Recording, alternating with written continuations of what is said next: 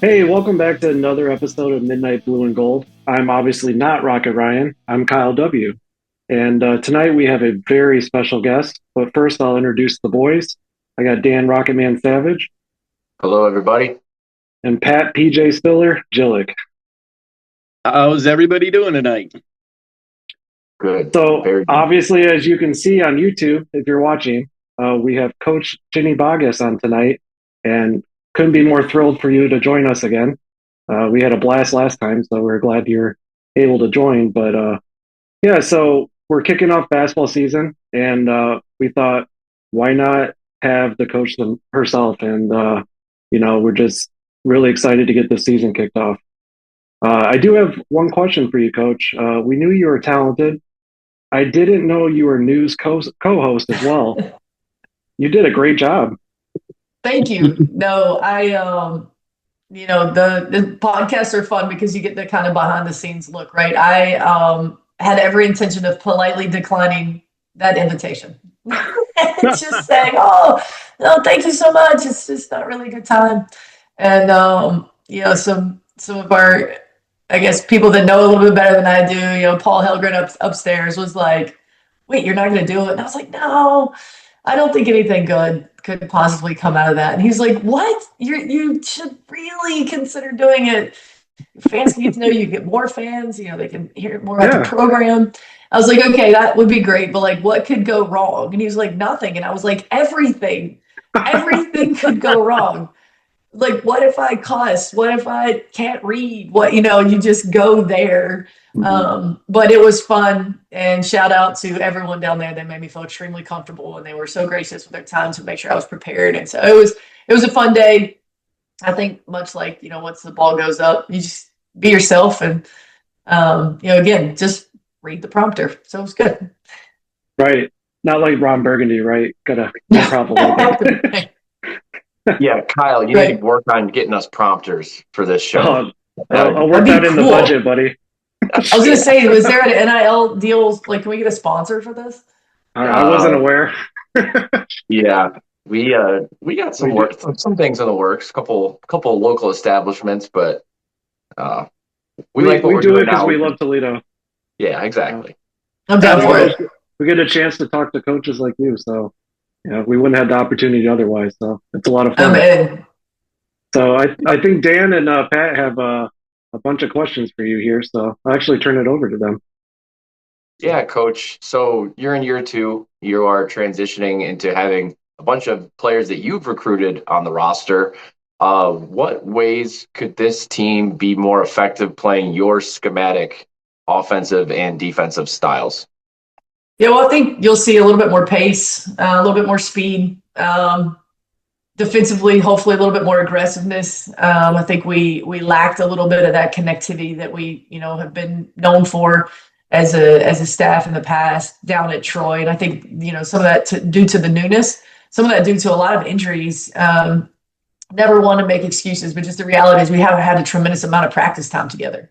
Miriam Diallo is our starting center. She's more of a power forward, but because of how we play, that lends itself to kind of being our starting 5. And she wasn't here this summer. She was playing with the German national team, and she's coming off a little bit of a banged up hip. And so we haven't had her for long. Faith Fudd Robinson going down to Troy had 3 practices, coming out of a boot from a stress reaction. So just a lot of hiccups there, but, I like our depth. I like our size and our speed. And I think we have some really, really, really talented guards on our roster. Right on. So, Coach, you mentioned a little bit about the continuity or consistency of the team. What's it like with so many new faces being on the roster? What are the pluses and the minuses of that?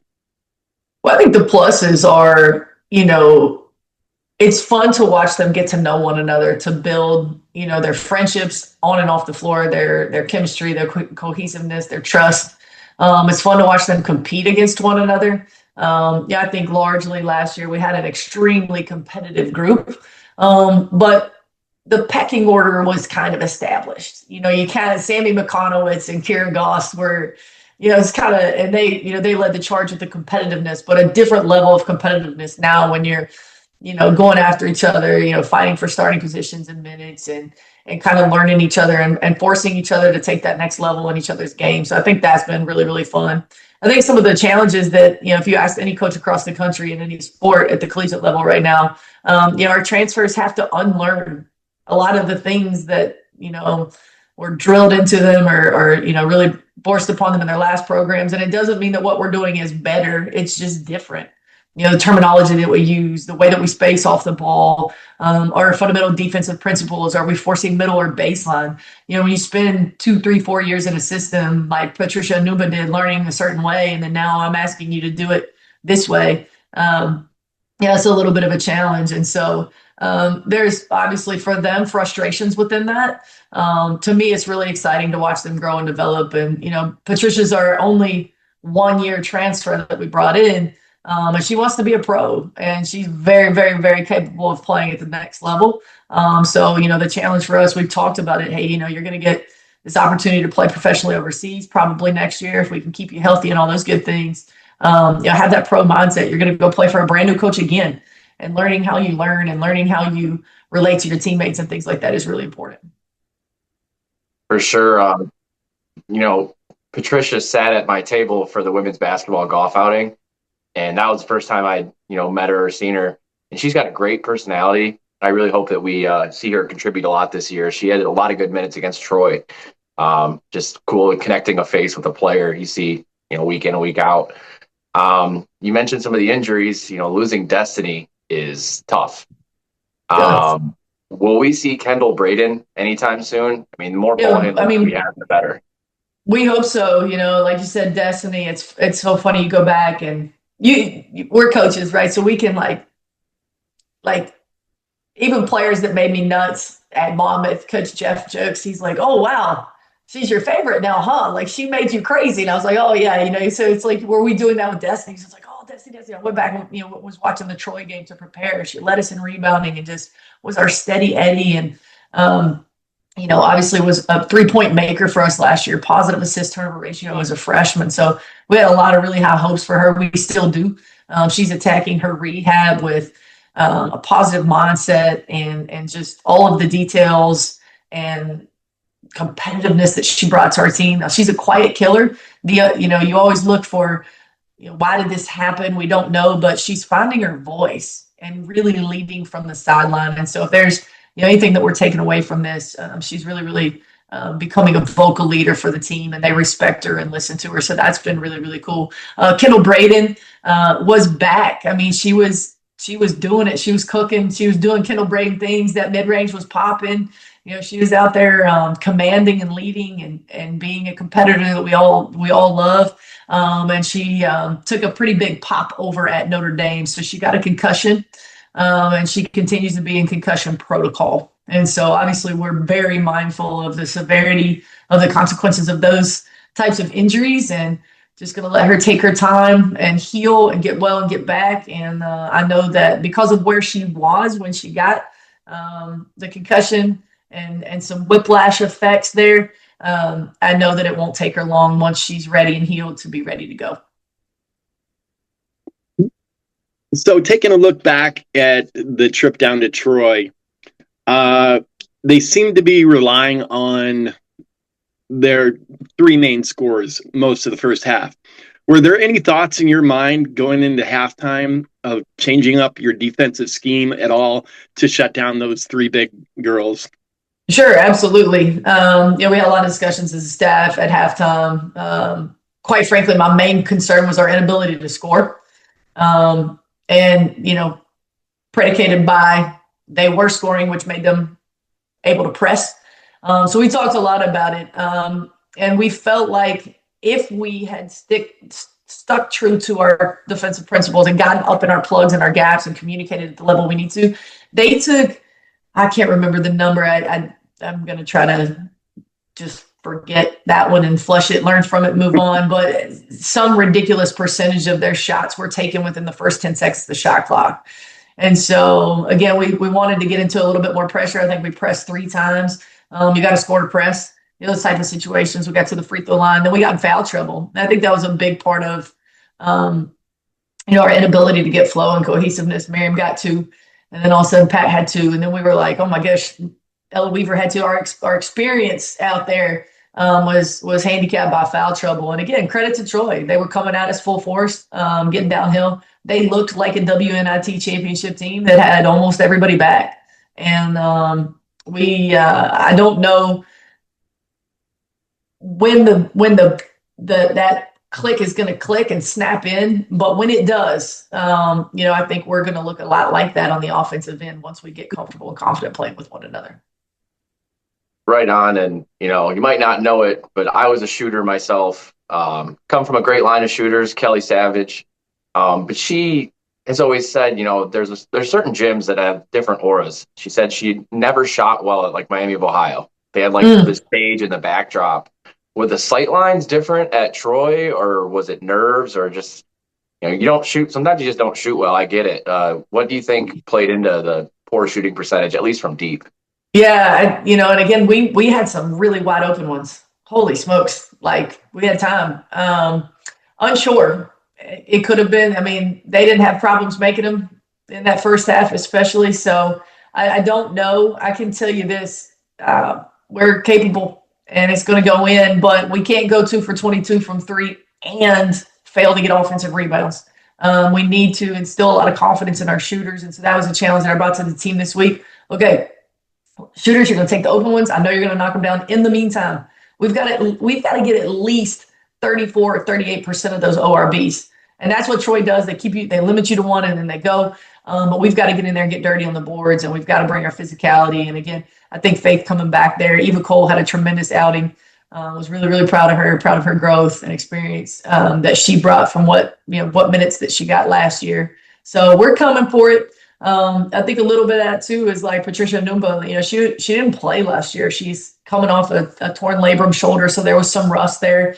Kendall Carruthers in a different role. I joked with Sammy and Kira last year.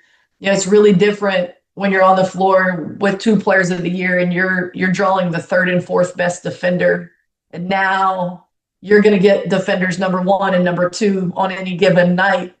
Between the 2 of you. I think Kendall Carruthers felt that a little bit for the first time. She's drawing the best defender, and trying to get in the flow and get that rhythm is really, really important. But we're certainly happy to be back home in Savage and looking forward to maybe a few of those that rattled out. Maybe we'll get a home bounce. Yeah. So you assured me earlier in the week that you guys will bounce back, and I have no doubt of that. Sure, being back in the friendly confines of Savage Arena is going to be great. And you got the Zags coming to town. Gonzaga on Sunday at 2:30. Everybody out there watching, make sure you get to the Savage Arena. What can the home crowd expect to see? Just overall, I know you mentioned earlier a little bit about your speed and your transitional period, but you've got a large group of old school followers, let's say, and people that have been, in the program or involved in watching the program and involved deeply in the program. What can they all expect to see from this fresh-faced squad, I should say? Yeah, we're fresh faces in that we're new, and we're fresh faces also in that we're really young. And it's not ever going to be an excuse. I could have gone and got 4 or 5 one-year kids and tried to piece together a championship this year, but I believe our fan base deserves, the experience of cheering for these players year after year, and not just one and dones. We want to really truly build upon the championship culture and continue to build championship programs. So you'll see 3 sophomores starting. It's scary when I say it out loud, but I had to make this choice, and I made it really intentionally. Do you stifle Destiny and Kendall Braden and Kendall Carruthers and Faith Flood Robinson? Do you stifle their potential by recruiting over them? Or do you really double down and invest in them and develop them and put the pressure on them through opportunity to really rise? And so I thought bringing Patricia in as an experienced veteran guard that, I think she scored 20 or more in like 14 games in the last season she played in. So she's certainly a capable scorer. She's a willing and able passer and an elite on-ball defender. So I thought she could kind of be that piece that helped raise these young guys up one more year, and then we passed the torch off to them. Unfortunately, Destin got hurt.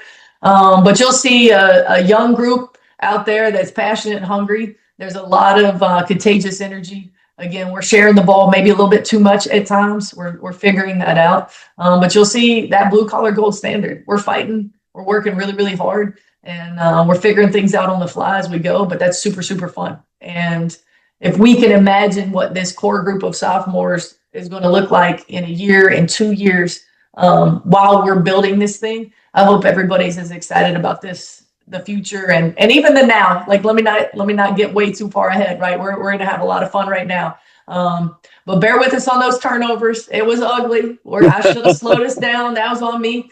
But we're getting there, and we really miss Kendall Braden.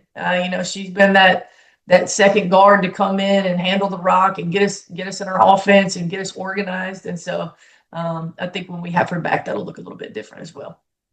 One final statement from me. I just want to make sure everybody out there knows that the game is going to be a whiteout, and the first, I think, couple thousand people through the door will be getting rally towels. And so make sure you wear your Rockets white this Sunday. Let's do it.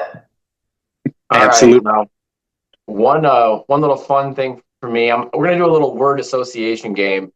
I'm going to say a word and just tell me what comes to your mind. This is extremely dangerous, well past my bedtime.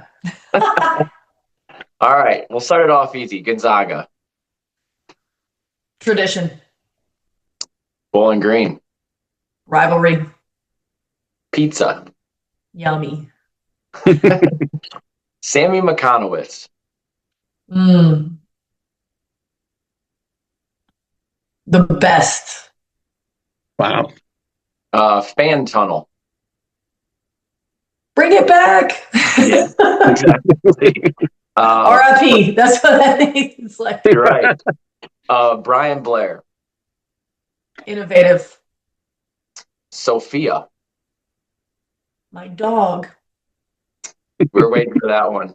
And then Evie. I almost brought her in here. I was like, nah, we don't do it. Oh, yeah, we'd love to see Sophia. yeah, that'd be great. Mac Champs. We're coming. That's all I got. Love it.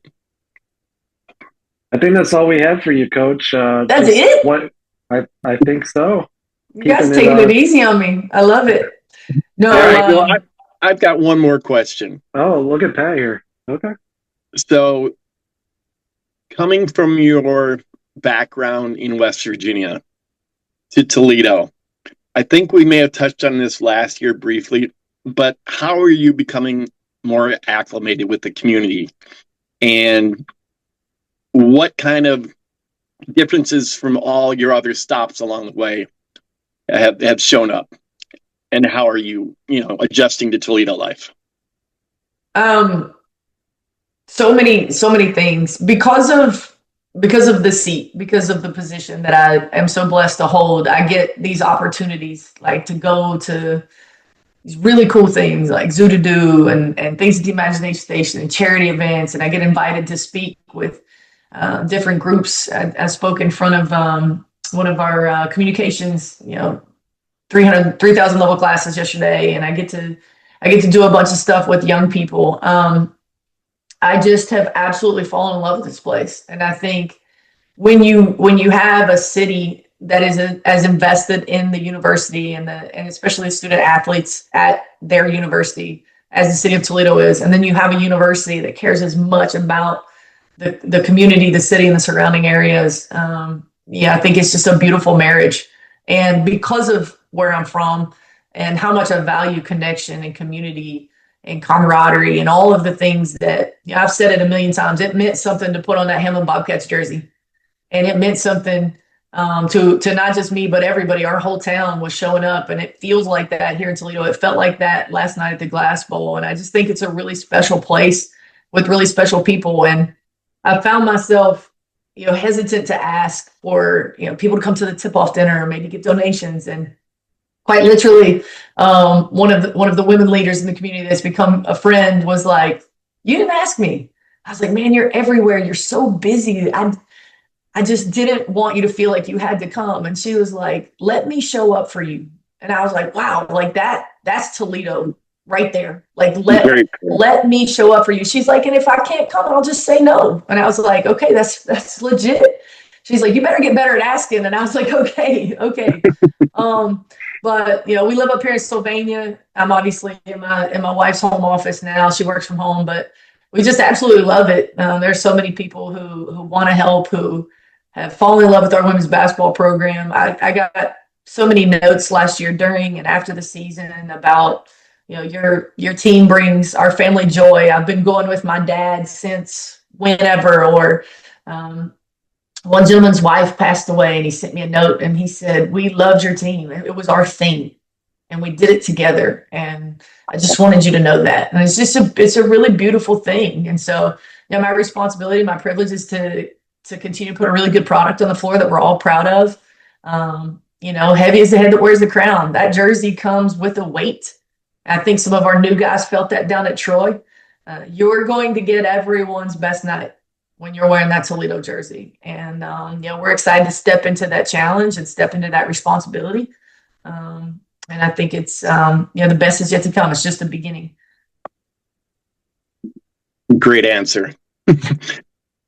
One and more quick. Sophia loves it here too. So it's right. Good. Yeah. One more quick one. Favorite pizza place? See, that's not fair. I haven't been everywhere yet. Village Inn is right over here. Right. We go there a fair amount. I actually like their breadsticks, the cheesy breadsticks, the best. I went to Zaza's last night before the football game over there by Casual Pint. Yeah. No plug. Big women's basketball supporter. Thank you. That was really good. Coach Jeff loves Village Idiot. We go down there. We've kind of been all over. I'm missing Stubborn Brother, of course. Yeah. This will make you guys laugh. You guys know I'm a pizza monster. And this is not good leadership. Do not do this at home, kids. But as soon as the WTOL show was over, we did a little private thing after for their website. It took another 30 minutes. It was 10:42. And I looked at my watch and I was like, all right.